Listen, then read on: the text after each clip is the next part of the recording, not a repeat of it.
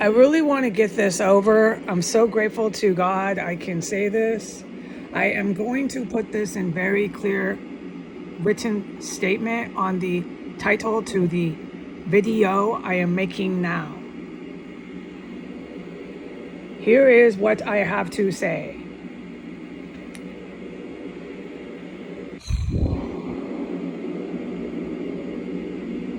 The people held responsible for the violence in this property and on this street of S Street Northwest, Washington, D.C., okay, are in large numbers white people and olive-skinned Arabic people, okay? Because of the demographic of Washington, D.C., and because of what I am only allowed to film, I am hardly able to film anything that goes on, even outside my windows. But if you review what I have been allowed to film, it is a large portion of African Americans. They're citizens, they're Americans, they're black people. Okay. I'm not defending the radicalized domestic terrorists in the city of Washington. I am saying what I've witnessed. At least I'm allowed to say it. Since the year 2017, it is not black people in America that are leading the charge to this violence in the United States. What I have witnessed is the white demographic and the white people in power, who are also in our demographic if you want to do a census test, but you know what I mean. The people in power who are white, political power, and sort of, don't make me give you a civics lessons, please, on who's in power. Don't do it to me right now. I need to speak without having to explain every last thing. I'm going to repeat that statement. Since 2017, what I have witnessed, who's leading the crusade in charge for the violence that's taking place in the United States, and the criminal acts that are taking place in foreign countries done by the United States. The people who are who are doing these actions are white and olive-skinned Arabic human beings. The demographic of Washington, D.C. has a large percentage of black people.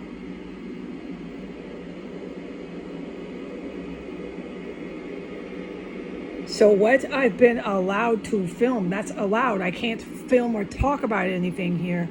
And I'm really pissed off about that. But what has been a large amount on film is American black people.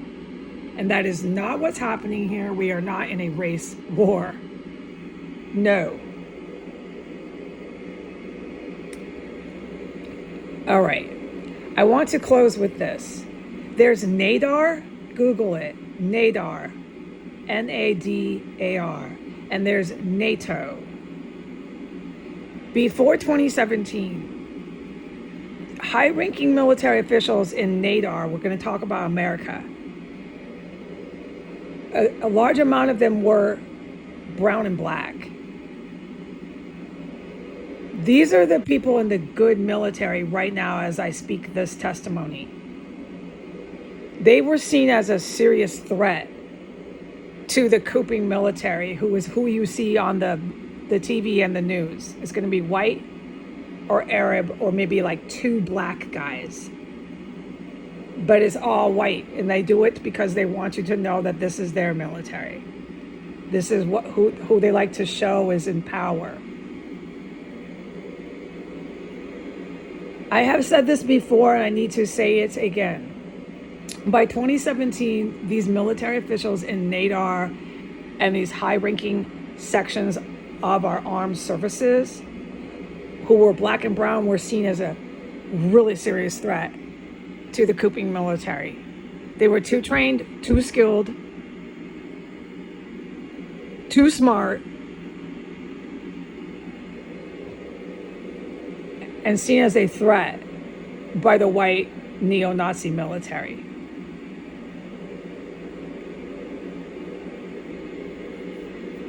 Okay? They're still in the military. All right? They're still U.S. citizens. They still grew up in the same country as me. All right? But they didn't join up with the Couping military because they were being attacked by them. It wasn't a race attack within our armed services starting in 2017. It wasn't sectioned off by race. We are not in a race war. You have a large amount of African American and Hispanic, Chinese, so on and so forth, U.S. service, U.S. They talk American, they are American, okay? But they might be black, they might be brown, that went with the Couping. I have witnessed one white one and one Chinese one. They're American, but they're Asian. Come in here and lay out a whole bunch of people upstairs. They weren't friendly. They were in the evil military. They're some of the ones that started this in 2017. Donald Trump knows exactly who I'm talking about, and so does Flynn. Biden does too. Is really high up there in the ranks. Okay? The evil military had the knowledge when the U.S. Armed Services became the good U.S. military and the bad U.S. military. There was 2 of them. Like I keep saying, there's 2. The evil military who started it all up had the knowledge to say we need to back out. This isn't how it's supposed to be. You can't have a civil war.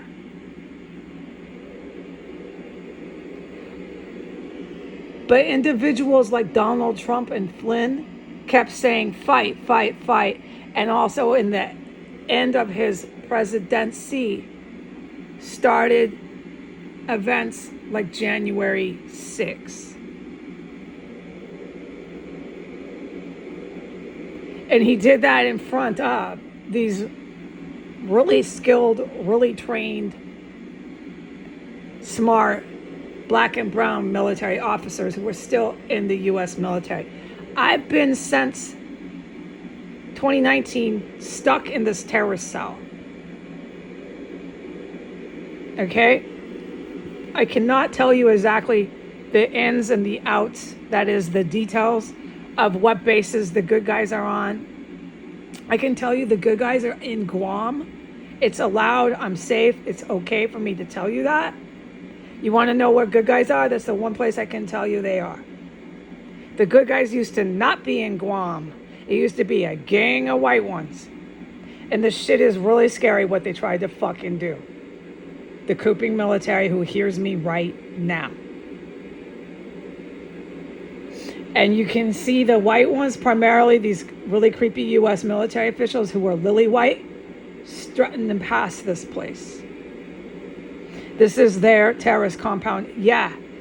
According to these creeps who started this crap, who are Russian, who are U.S., who are out of Europe, it's a gang of them out of NATO.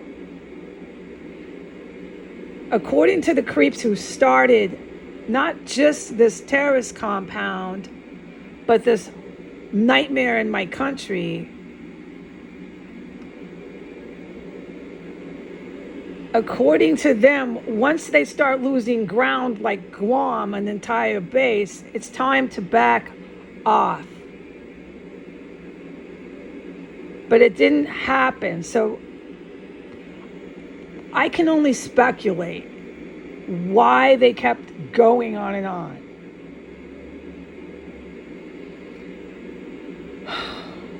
But I'll tell you, these really evil bastards in the evil military do not stalk and stroll in front of this house when I'm standing on the porch. No, they're the ones that I literally sit in my chair and I watch TV and I pray that I'm doing everything okay in here, because I don't know how to handle that. I've witnessed them come in. There was a Chinese one and a blonde one. They came in and they dropped about 4 people in a matter of 5 seconds right upstairs in that murder room. Yep, I've witnessed that. Okay? I witnessed that here. And no one's going to tell me I'm delusional and imagining every last thing in this house. Who could possibly dream this up? Okay, I'm going to go. I want the world to understand this is not a race war we are in with a whole bunch of angry gang members. It's far from even the case, okay? It has to do with the highest levels of military up there with Nadar. And black and brown, yeah, that was a real problem. They saw these guys as a real threat. It also affected Russia. It also affected NATO, because there's a lot of really good European armed forces, just say that didn't go with NATO. So what you see on your news now is just this blizzard of white guys coming out of America and coming out of Europe. That's who's their military. That's all you're going to see pictures of.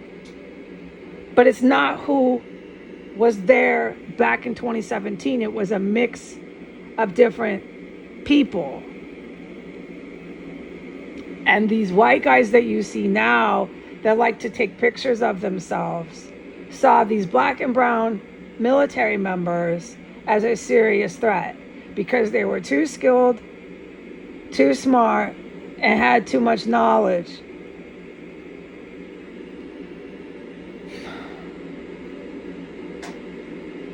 I'm really tired. I've been poisoned like you wouldn't believe every day and every night, and I'm waiting for more in the middle of the day. It never stops. There's way, way, way more than just the shooting of balls that they do in here. That's obvious combat that I can talk about, but I'm not going to do it all in one video. It's astounding that they dragged me into that courthouse. It's absolutely astounding. And then she had the idiocy. This dirty judge, desperate to protect herself, even mentioned that ISIS statements of the fake lawyer, but to bring clarity to the people. That judge, that dirty woman judge, was desperate to protect herself, and that's the first thing she got herself legally out of. Okay? Now, as far as law and law school, I have never gone. I was denied my education by Donald Trump and by the U.S. federal agents starting the year of 2017. I was in college with a 3.8, 3.7 GPA, and I had 6 credits to go to graduate. Okay? I never could finish my bachelor's degree, thanks to Donald Trump. Goodbye.